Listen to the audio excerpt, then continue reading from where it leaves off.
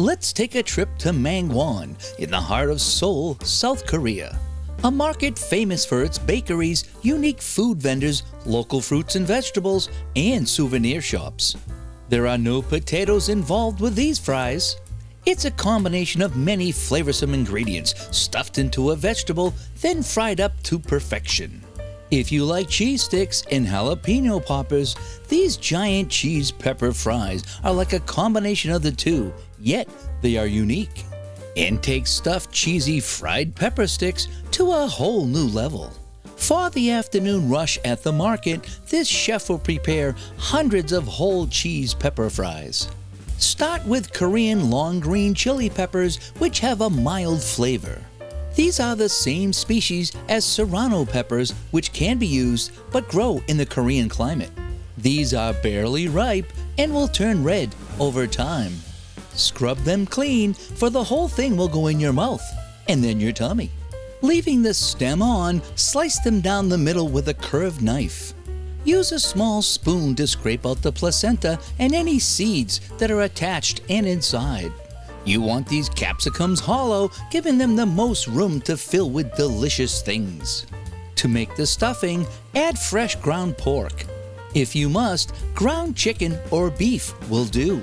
However, pork is a complement with its mild flavor to the other ingredients that'll be next to it. Add lots of eggs, rice, green onions, carrots, and fresh spices to taste. Cilantro, parsley, and chopped basil. Blend well. While mixing, add white rice, cheese, a bit of breadcrumbs, cornmeal, and flour. Let this mixture sit a while to let the enzymes tenderize and soften this fusion. You can use any meltable cheese.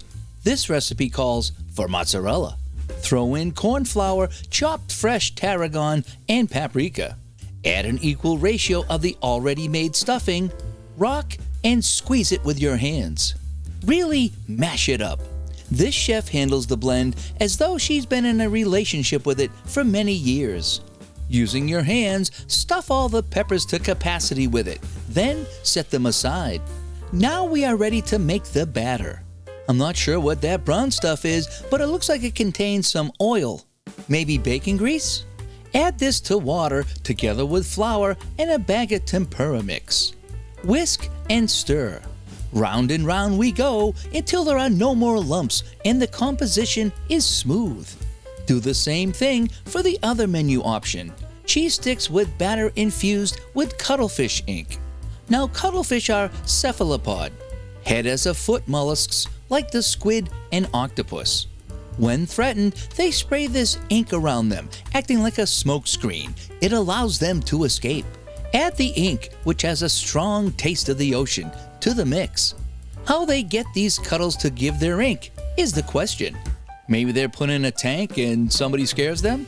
Perhaps they trick them into signing lots of documents. Just a little bit of the black stuff changes the flavor dramatically. It gives it a seafood-like taste and turns the batter gray. Frying time. Place the peppers in a mixture of flour and tempura mix. Shake it up to ensure an even coating.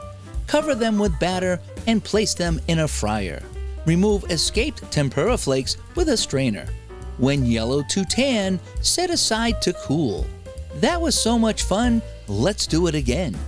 Double dip and fry the stuffed peppers until they are golden brown. That sure is a lot of extra tempura flakes floating in the oil. I wonder what they use these bits for afterwards.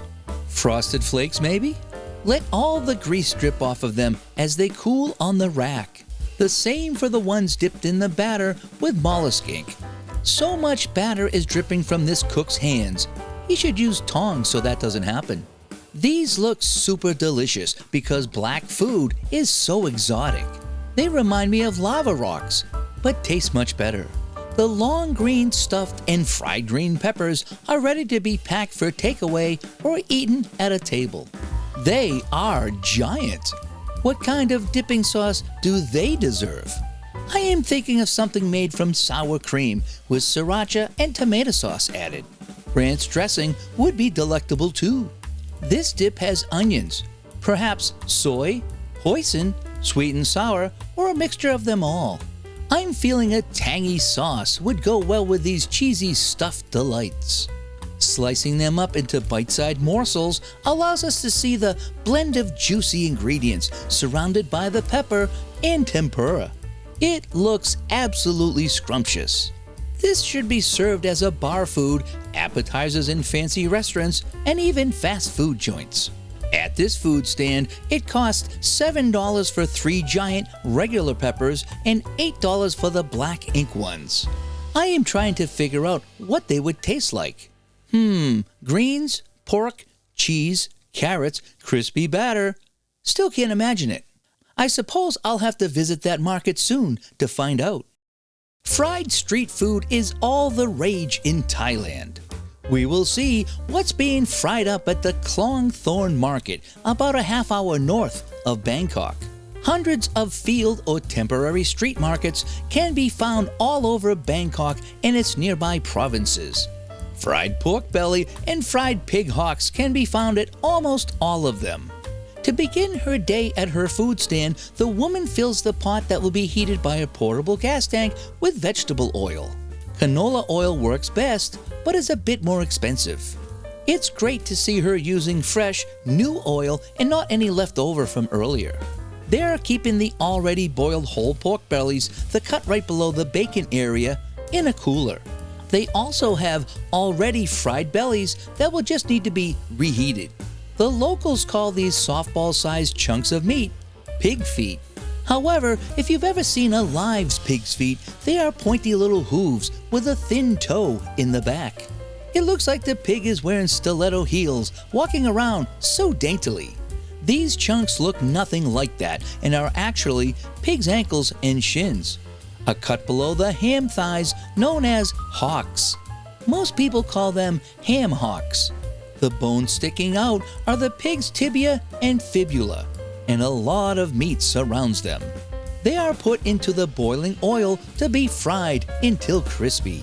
The whole pig belly, which has been sliced to aid in the frying process, is placed in the oil. Immediately, the outer layer of pig skin begins to bubble and become pockmarked.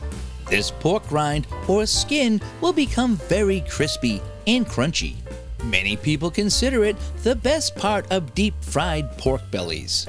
But this is dangerous work. Splashes and popping of the oil can cause severe burns. Long hooks must be used to maneuver the meats as they cook, and they must constantly be turned and checked. The hocks also get the blistering of the skin. And expert pig fryers use the looks of them to know when the pork is cooked to crispy perfection. This doesn't already after about 6 minutes in the oil. Banana leaves are used to line the pans and make the presentation of the food look classy. Banana trees grow everywhere near Bangkok year-round and make the perfect wrap for rice and other foods. Banana leaves were the staple for takeout food at markets until single-use plastic took over in the 1990s. This is the traditional Thai red chili sauce, which is always served with pork and many other dishes. No, the red is not from tomatoes. This is pure ground whole chili peppers. Prick means chili pepper in Thai, and over 70 species of them are used there. The most common and spiciest are prick, ki, and chi. They are small, but have a big kick. Most likely, this is a blend of ki and chi with vinegar, garlic, sugar, and ginger, and now fresh parsley added. All the pork is reheated and cooked and is now ready to be served. Usually the customer chooses the whole piece they find the most appetizing, and they either take it home or have it chopped up right there and put in a takeout container. Look how soft, juicy, and delectable that pork belly is. No bones, just pure meat. The hocks have more red meat to them, and when removed from the bone are sold for 70 baht, or $2 for about 120 grams. The belly goes for a bit more, at 80 baht a portion. All are served with a bag of the chili sauce. Whoa, I love that woman's t-shirt. It's so funny. And eaten with fingers or chopsticks. Each different cut has its unique texture and flavor, and is definitely inviting enough to bring out the true carnivore in you. Be careful with that hot sauce though. Taste one drop, then decide if you want it on your pork. You may need a fire extinguisher for your tongue if you dunk it in like this guy. Thais are professional spicy food eaters. You're at a different level. But the succulent meat is like no other you've ever experienced. Although many versions of fried pork similar to this can be found throughout the world, when visiting Thailand, it's a must-try food. Thanks for watching, and if you like this video, please subscribe to the channel to be notified about when our next video is posted. Bon appetit!